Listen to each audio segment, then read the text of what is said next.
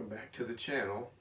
Today we're going to be finishing up the construction of this Goldberg Extra 300, and before I disassemble, I'm going to take you guys around to show you all the imperfections and stuff that need addressed before we can put any covering on, because once you start putting the covering on, you'll see every little defect that that you didn't address beforehand. So let's get started. So one thing you want to look for is where these cap strips are on the top of your ribs. You want to make sure there's a smooth transition between the leading edge sheeting and the trailing edge sheeting. Like, I can feel a difference here on the trailing edge, but the leading edge feels pretty good. But you go around, you check all those, and you want to make sure that they're even, flush with the surface. And any little hanger rash that you might see, like right there, I'm gonna have to fill. And I like to have a sharp, crisp edge on my wingtip.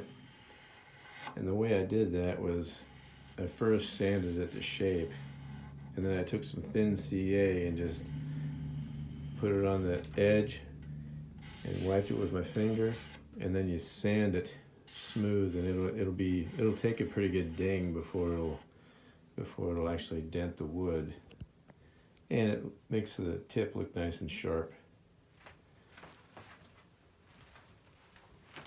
As you can see here, I got a little DNA on my ailerons.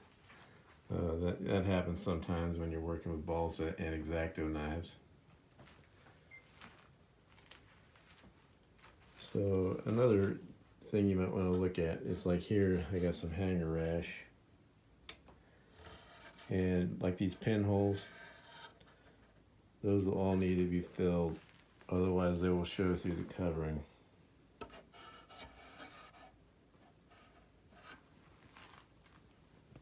Okay. See those pinholes? There's a bunch of them, but it's not going to take much to fill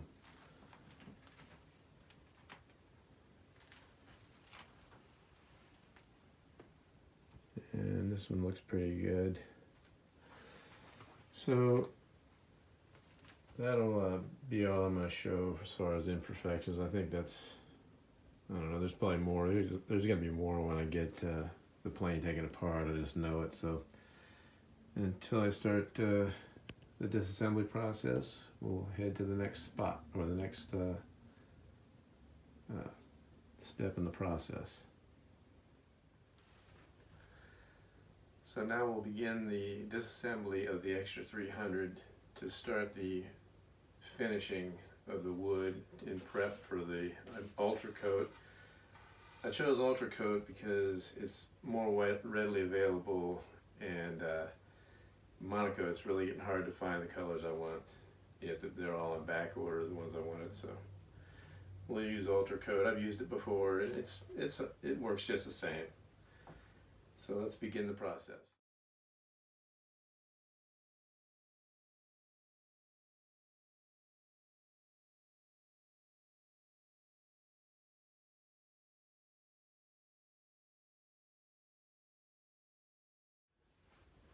Oops, I accidentally skipped a very important step in the build process. Is, you know how you want to balance your plane fore and aft. You also want to balance it laterally, because the head of this engine is going to throw it off to the right. So you do this by adding weight to the light wingtip. So I'll demonstrate that. I already know exactly the right amount of weight I need. I already did it off camera. So what I did was, I don't know if you can see, but I balanced the tail end with the tip of a Phillips screwdriver,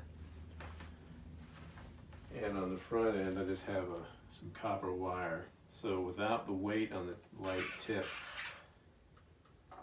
you can see how that right wingtip wants to drop. So it requires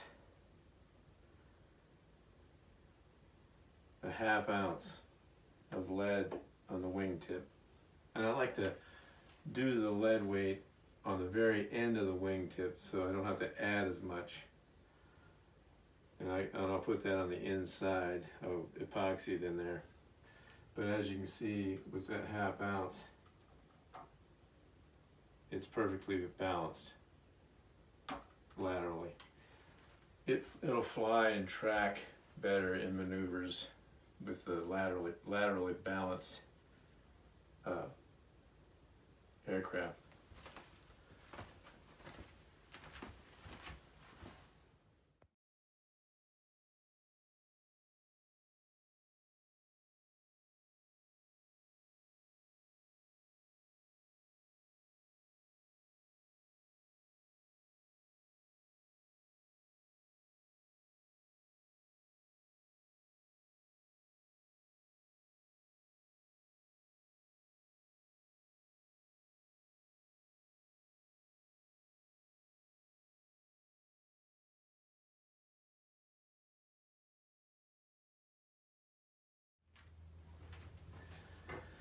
Okay, I'm glad I time-lapsed that because that took longer than I wanted it to take. But I stripped all the radio gear out, every control horn's off, the control surfaces, servos are all out. It is basically just wood, except for a couple push rod tubes that are going to stay in there permanently. And now I'm going to go through and fill any imperfection. And what I use is this Hobby Light filler from Hobby Co. It's an 8 ounce. This stuff is really good and it sands so easy once it's completely dry. If you sand too early, it's going to ball up under your sandpaper. So I let it dry like, I don't know, 5 hours, 4 or 5 hours. So you guys won't notice that time because it's going to be edited out, but it's very good and it's balsa colored, so it won't show through your covering. So what I like to do before I put this filler on is I like to take a paper towel and spritz it with water and just kind of wherever I'm going to fill, I'll like dab it with a little moisture and then add the filler to it. Because if you put that filler on a dry crack or a dry divot or whatever, the wood is going to suck the moisture out of that filler before it has a chance to adhere. So by doing that, by moisturizing that first, it becomes part of the wood and you can't get it out of there. It makes it a lot easier to sand as well because if you've got something that's already got the moisture sucked out of it, it might chip out as you're sanding. So anyway, I'll get started on that. Go back. Okay, I'm going to start off with a demonstration on how I use the moist paper towel to help spread this Hobby Light filler. I've used a bunch of it. You go through a lot when you fill those holes in the fuselage, but you can see it's balsa colored. So what I do is I take a paper towel and I just spritz it a little bit with water, and I go look for anything I want to fill. Like here's a little bit of imperfection here. I'll just dampen it a little bit. And just get in here and mix it up with your finger a little bit to just where it's nice and moist. About like that. And I just spread it on with your finger.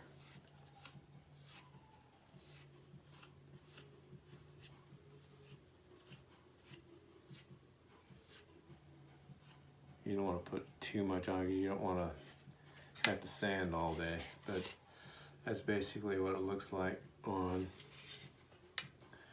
That's the only spot on here.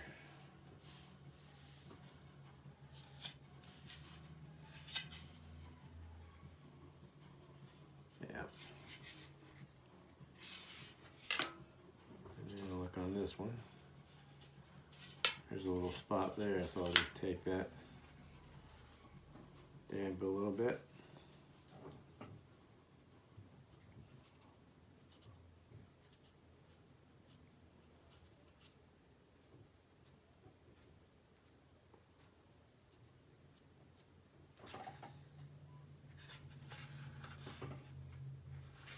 That'll be that for that. Alright, now I'm going to go into time lapse and just I'm going to do the whole plane.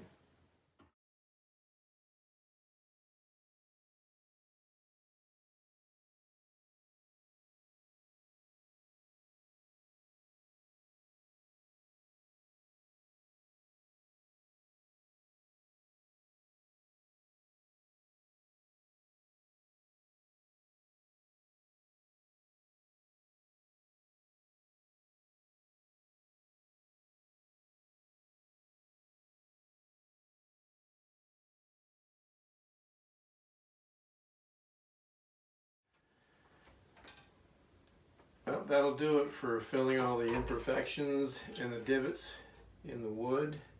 And I'll be back and sand it out here in a few hours. And then after that, we're on to the covering. It should be here today, supposedly, by FedEx. And if that's the case, we'll be doing a little bit of covering tonight as well.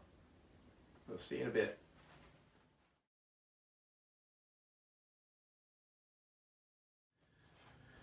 Okay, we are going to get ready to start to sand out my extra 300, get it ready for covering.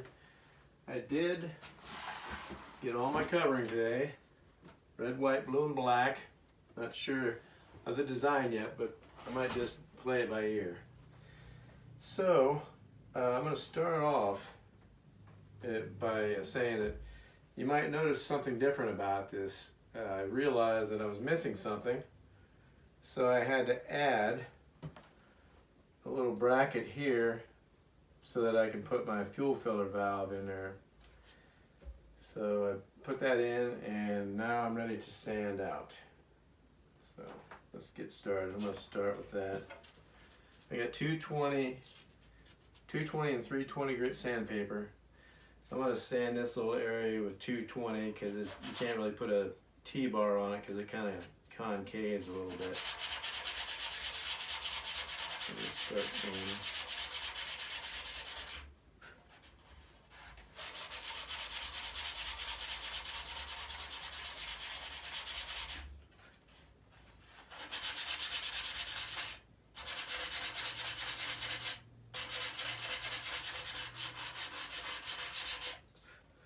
Not sure what that sounds like on the video, but it might be kind of loud.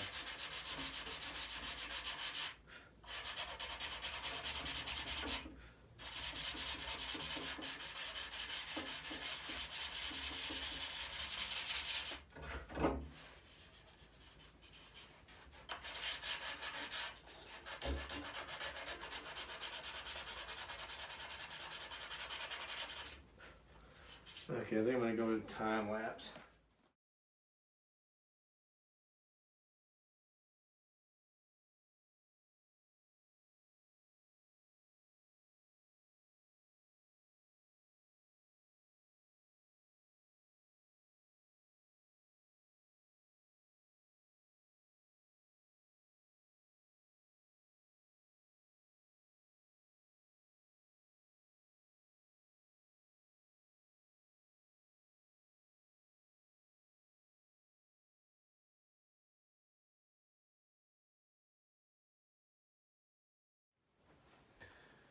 Okay, that completes the sand out. There's one little piece that I found another little divot in, and this is the only little piece that I have to sand it out when it gets dry, but I could go ahead and start the covering. This is probably one of the last things that gets covered anyway. So, I'm going to get prepped, and then we'll start the covering process. Okay, now this is day 2. Yesterday went long, so I decided to go another day. Probably going to be another 2 days maybe. This last day will be the final assembly of everything. But today, I'm hoping to get all the covering done. Now, I'm going to try something that I've never done before covering an airplane, and that is a checkerboard pattern. And it'll be interesting. We'll see how it goes. So I got Ultra Coat. I prefer Monocoat. This stuff doesn't seem as shiny as Monocoat, but it's still the same application process. So it should go on good. This is the bottom of the wing. I'm going to do it in black with red, white, and blue stripes, kind of angling out this way, and those are all going to be seamed together. I'm not going to put Ultra Coat over Ultra Coat because I know that the white and the black, white over top of black, is not going to be bright. It's kind of like you'll see black through it, I have a feeling, so I'm going to just seam it together. I've already tacked cloth the entire wing, and on my bench, because my bench top is granite, I have a moving blanket to kind of protect the wood from being damaged. And I got a cutting board to cut my stripes and stuff, and my checkerboard. The checkerboard is going to be on the bottom. Well, this is the checkerboard is going to be on the top. This is the bottom. It's going to have the stripes. Checkerboard will be on the top, and it's going to be red checkerboard in the center near the fuse, blue checkerboard on the tips. At least that's the plan for now. So we'll see how it goes. I'm going to get set up to do some cutting, and I'll be right back. Okay, I'm going to make an attempt on a video tutorial on how I'm going to seam these together. I mean, everybody does it differently, but this is my technique. So what I have here, I want 3-inch stripes. So I have to have an overlap, and because of pull away, because sometimes if you don't get a good bond, it'll pull away. I'm going to try to get a good bond though. You need to allow for an overlap. So I went with 3/8 of an inch. I know it's probably a lot, but you know, I've had them separate before. So this is going to go on the bottom of the wing.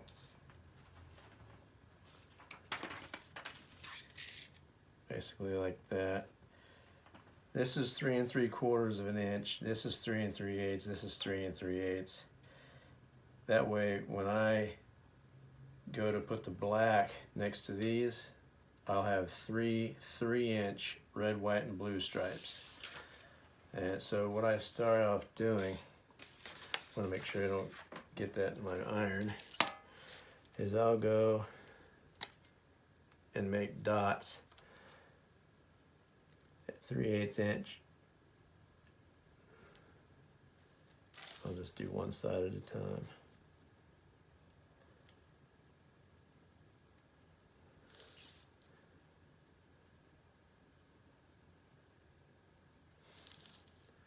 Every few inches.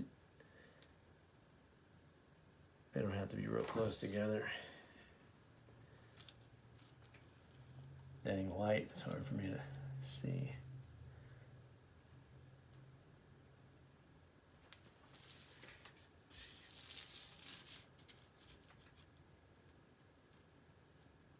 And each one of these are 3/8 of an inch from the edge.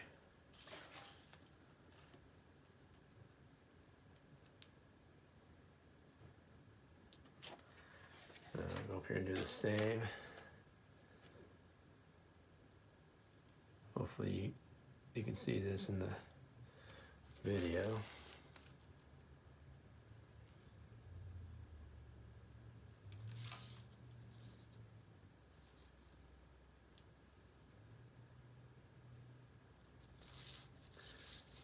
Should be 3 inches. Yep. Oops. That ain't good. The dots are disappearing.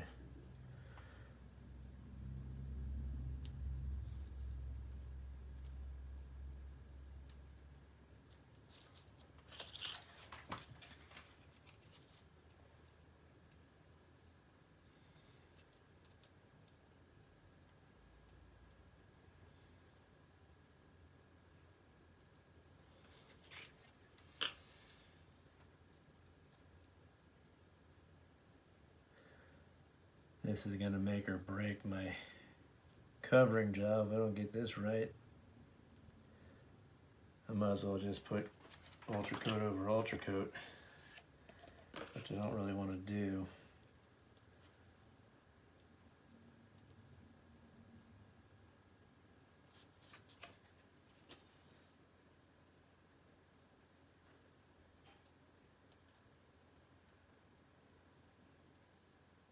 Okay, so this is the bottom, I guess this would be the bottom left.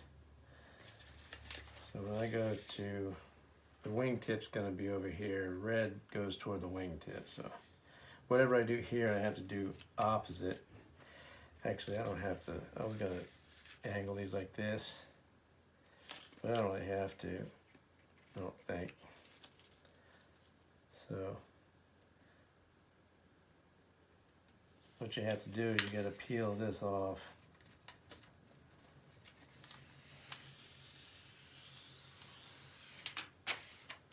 This one has the backing still on it.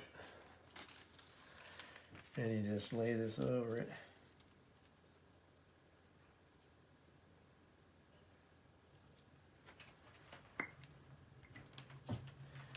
And you just kind of sight down, looks like I'm lined up. And I just tack it.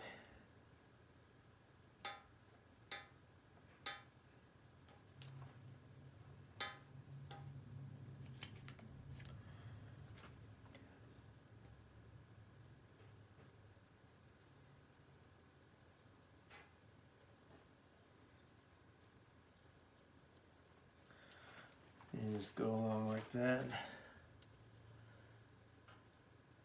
And put it down on there.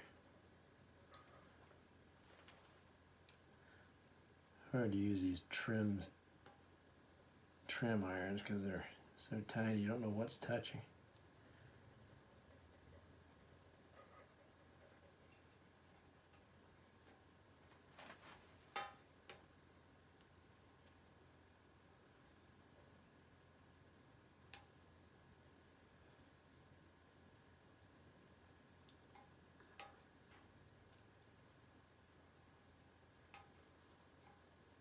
All right. So that's basically the idea. So I'm going to go into fast speed and we'll see how it turns out.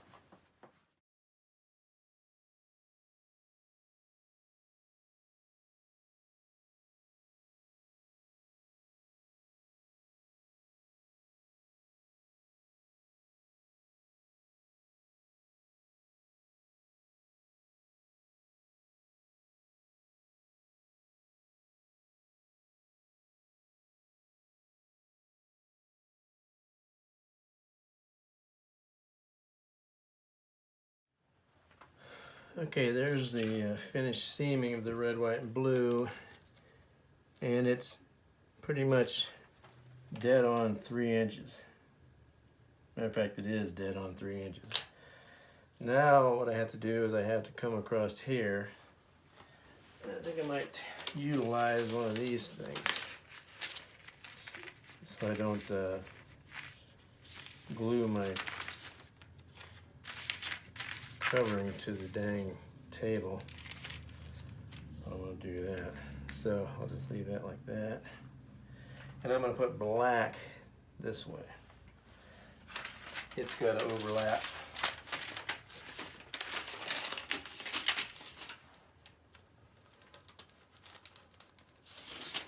Stepped on this piece.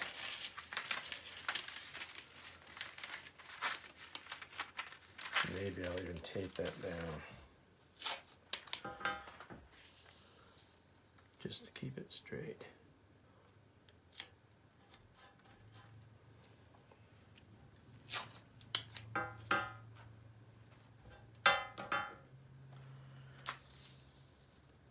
And I got my iron set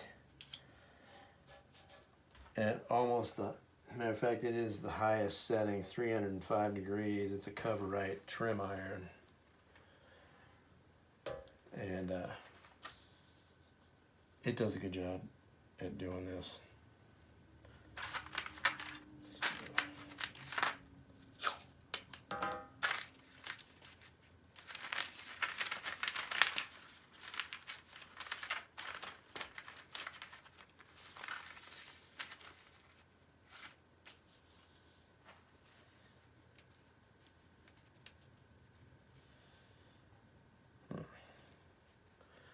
That ain't gonna work. Well, maybe it will.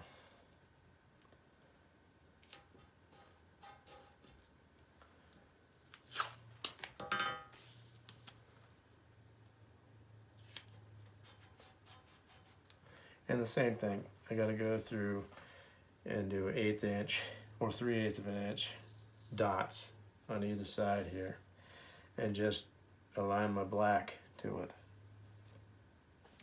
So that's basically it. I can go into time lapse to see how it's all done, but I'm gonna get my black prepped before I do this. Okay, well there's the stripes connected with the black. And you can see I got a good bond on that seam. All seams, I double checked them. And I put, see if you guys can see this, but here's the edge of the stripe here. And when you lift up, I put a tick mark right there to line that stripe up. And I got the same on the leading edge. That's how I'm gonna line them up.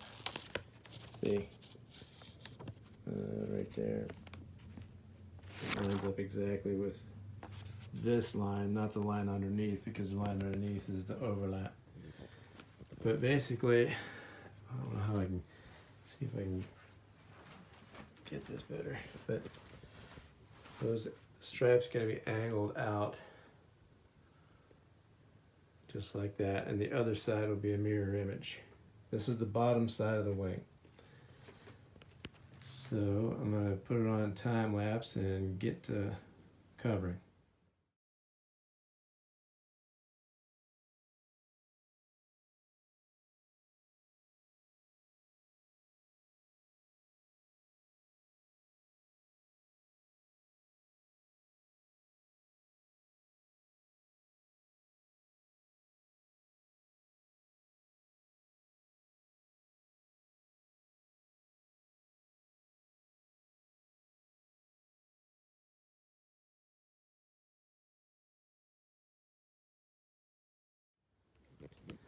Okay, there's the left bottom side done.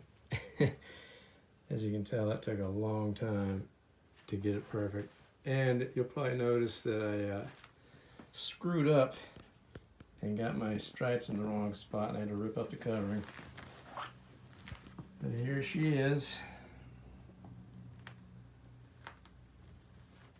That's one side. I'm not going to record the other side. You guys get it. I think it turned out pretty decent. I did notice a couple things I missed. Anyway, it is what it is. So I'll catch you when I do the top side. Here in a few. Little tip. If you get a dent like that right there by that hinge slot, you can barely see it, but it's a dent right there. I can't really point to it. Let me see if I can. Right here. If you want to get that out without filling, a damp paper towel, you just wet that little divot there and put your heating iron to it, and it'll suck it right out. there it is. I just dampen it with a paper towel and it's gone. Put your heating iron on it till it evaporates and it sucks that dent right out of there. I forget who I learned that from.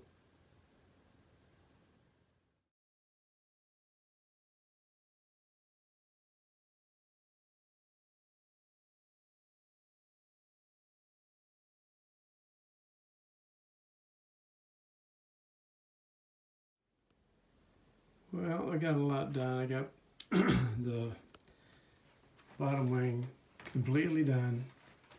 Radio installed with the hatches. Servos are hooked up. Tops colored, but I still got some more detail to do. And that'll come tomorrow. It's almost midnight. But I'll give a demonstration of the ailerons.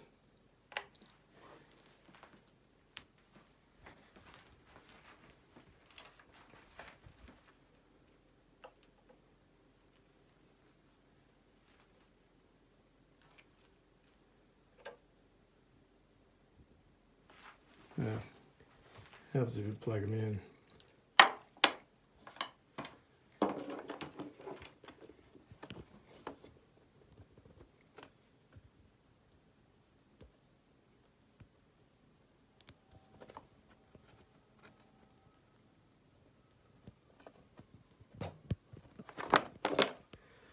All right, let's try that again.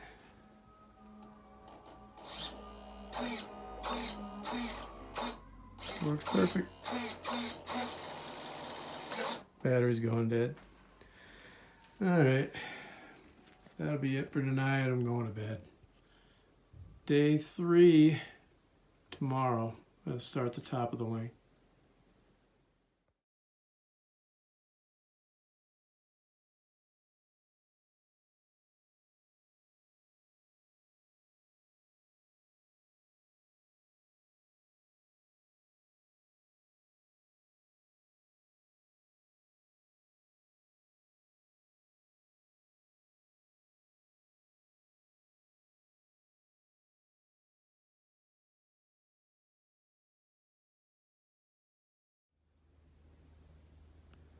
Okay, as you can see, I've been continuing the covering process. This is actually day 3 of the finishing.